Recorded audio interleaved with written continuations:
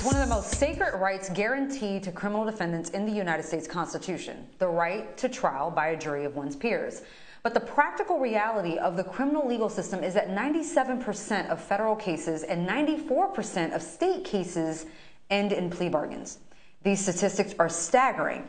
Here to explain how the plea bargaining system is inherently coercive is Clark Neily, Vice President of the Cato Institute.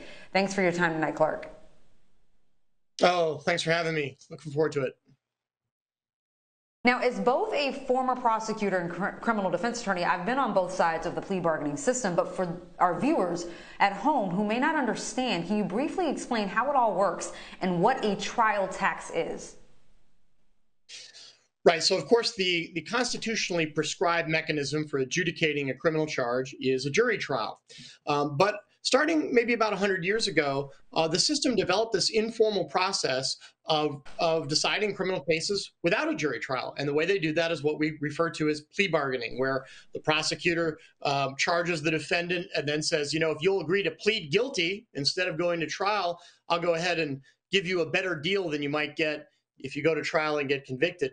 And the idea of a trial tax or a trial penalty is simply the differential between the amount of punishment that you'll get if you exercise your constitutional right to a jury trial and lose versus what the government's willing to give you by way of punishment if you waive your right to a jury trial and agree to plead guilty and save them the trouble, the time, and the expense of convicting you in court. And oftentimes that is a massive differential. I'm talking about, there's some prosecutions going on right now in Boston in federal court where they're threatening people with 20 years in prison and offering them 2 months if they agree to plead guilty.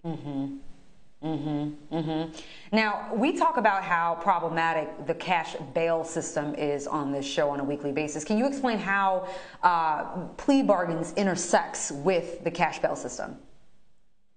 Absolutely. It's very simple. If people are locked up in jail while they're awaiting trial, they are much more likely to plead guilty. And we don't just think that, we know that. There's actually plenty of empirical evidence to support that.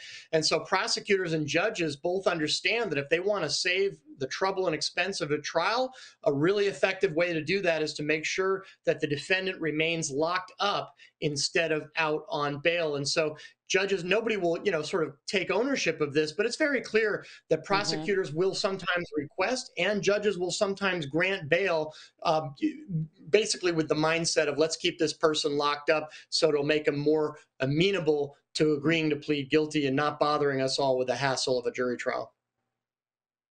Can you give our viewers an example of how plea bargaining is inherently coercive? You bet. So first of all, I don't know that it's inherently coercive. You could probably imagine a situation maybe where you're looking at a couple of years in prison. They offer to knock off a month or two. And you could also imagine a situation where a defendant says, listen, I know you caught me. I don't want to have this hanging over my head. I don't want to go to the trouble. But I would say more often than not, the process is coercive.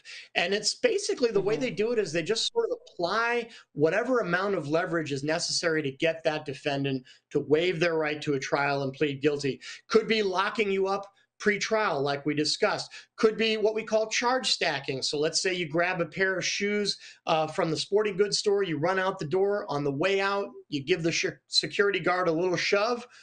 That should be shoplifting, but some prosecutors will charge that as robbery because you used force on your way out the door. That's going to massively increase your exposure and give them a bargaining chip. We talked about the trial penalty. There's mandatory minimums. There's even, and I can't believe I'm saying this in this country, it is perfectly permissible for a prosecutor to threaten to indict one of your family members, provided they have probable cause, which they almost always will because most of us have committed an offense.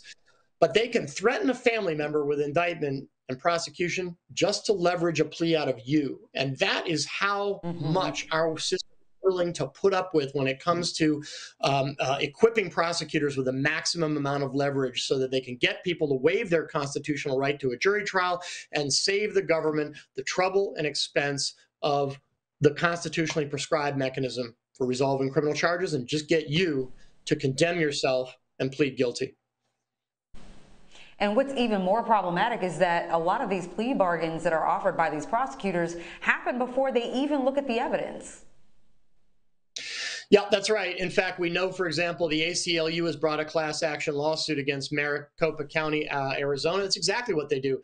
They give you an explicit written warning that if you don't plead guilty right off the bat, before you've had a chance to see what kind of evidence they have, before you've had a chance to appear in court for the first time, before the prosecutors had a chance to review all of the evidence, if you don't plead guilty at that very early stage, they give you a written warning that the next plea offer will be substantially harsher. That's their words, substantially harsher. So they don't want you to see what kind of a case they have. They don't want you to know what kind of evidence they have, and they don't want to go to the trouble of pulling their case together. All they want is for you to plead guilty as early as possible in the process, and they will apply whatever leverage it takes to get you to do just that. Now, what would happen if criminal defense attorneys just stopped taking pleas? I know various public defender organizations have considered doing that as a form of protest, but decided not to because taking pleas is so often in their client's best interest. For example, it'll get them out of jail. Right. So you have to understand that our system is not really a fair system. Instead, it's a system that has been optimized to encourage, and I would say coerce, guilty pleas. So the punishment that you're exposed to in many cases, that's not the fair punishment. That's not the best punishment as a matter of public policy. That's the punishment that's the exposure that they want. That's the threat that they want to be able to hang over your head. And what they really want to get you to plead guilty to is probably the actually fair punishment. So the thing that you have to understand about our system is that it really is optimized for getting people to plead guilty, waive their right to a jury trial, and simply save the government the expense and inconvenience of proving their guilt in open court rather than having them confess it. And I just think a system that operates on that principle, the idea that with enough pressure and enough leverage, you can get virtually anybody to plead guilty, I think the problems are very obvious. And just one of them, of course, is that a significant number of people who are coerced into pleading guilty are in fact innocent. And we know this beyond a reasonable doubt because why? Well, the Innocence Project, for example, uses DNA evidence to exonerate people. It's not absolutely perfect, but it's pretty close. And about 10% of the more than 300 people that have been exonerated by the Innocence Project were coerced into pleading guilty to crimes that they didn't commit. And that's really horrifying. So what is the answer? I mean, LA County's District Attorney George Gascon has pledged not to use sentencing enhancements in Los Angeles. So is electing progressive prosecutors a way to address coercive plea bargaining?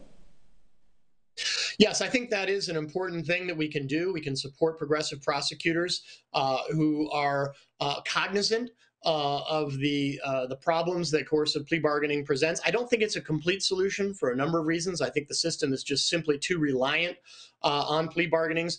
It's sort of conventional wisdom that if we stopped plea bargaining tomorrow, the whole system would grind to a halt. I don't actually think that's true, by the way. I think that prosecutors would have to become much more selective about what cases they decide to pursue, and they would have to dismiss a higher percentage of cases.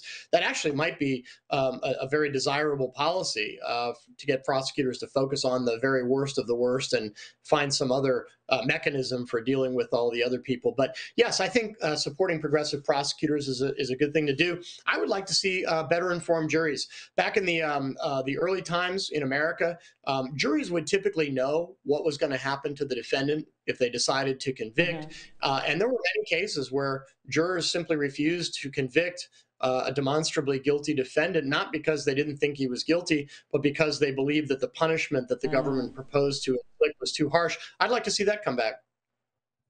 Yeah, no, that's actually an excellent point. Because most of the time the jury isn't really concerned with the sentencing portion of a trial as long as they just are able to determine guilt or innocence. So I definitely do agree with that. Clark Neily, Senior Vice President of the Cato Institute, thank you very much for your time tonight, sir.